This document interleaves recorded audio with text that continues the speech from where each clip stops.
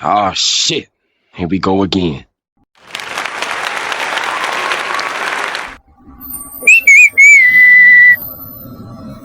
Uy, yung magkumare-kumparing chismosa, nagkasalubong na naman.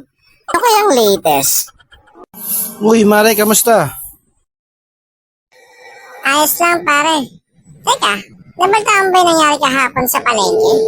Napakatapang talaga ng lolo ko. Bakit, Mare? Ano ba ginawa ng lolo mo? Napalaban sila kahapon sa palengke. Bago siya nawalan ng malay, 10 muna tinumba niya. Hindi ba napakatapang ng lolo ko? Yun lang ba? Akala pa naman kung anong espesyal na balita yan. Wala naman yan sa lolo ko. Bakit pare? Napalaban din ba yung lolo mo? Hahaha, hindi mo ba alam, Mare? Andun din kahapon yung lolo ko. Talaga ba pare? Ilan naman ang kalaban ng lolo mo? Konti lang, Mare. 20 lang naman natumba ng lolo ko bago siya nawalan ng malay.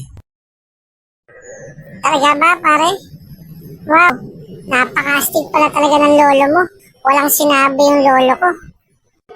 Talagang astig ang lolo ko, Mare. O pare, andiyan ka pala.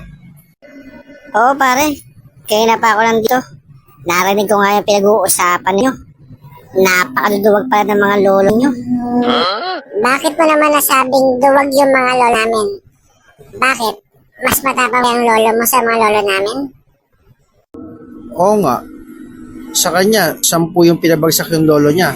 Sa akin man, 20. Yung lolo mo, ilan?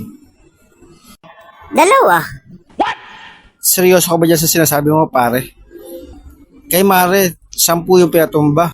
Sa akin, 20. Tapos sa'yo, 2. Paano naging matapang yung lolo mo?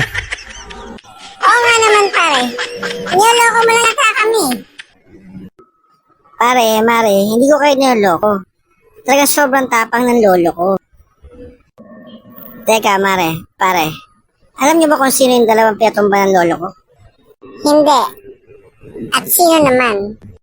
Mga lolo nyo.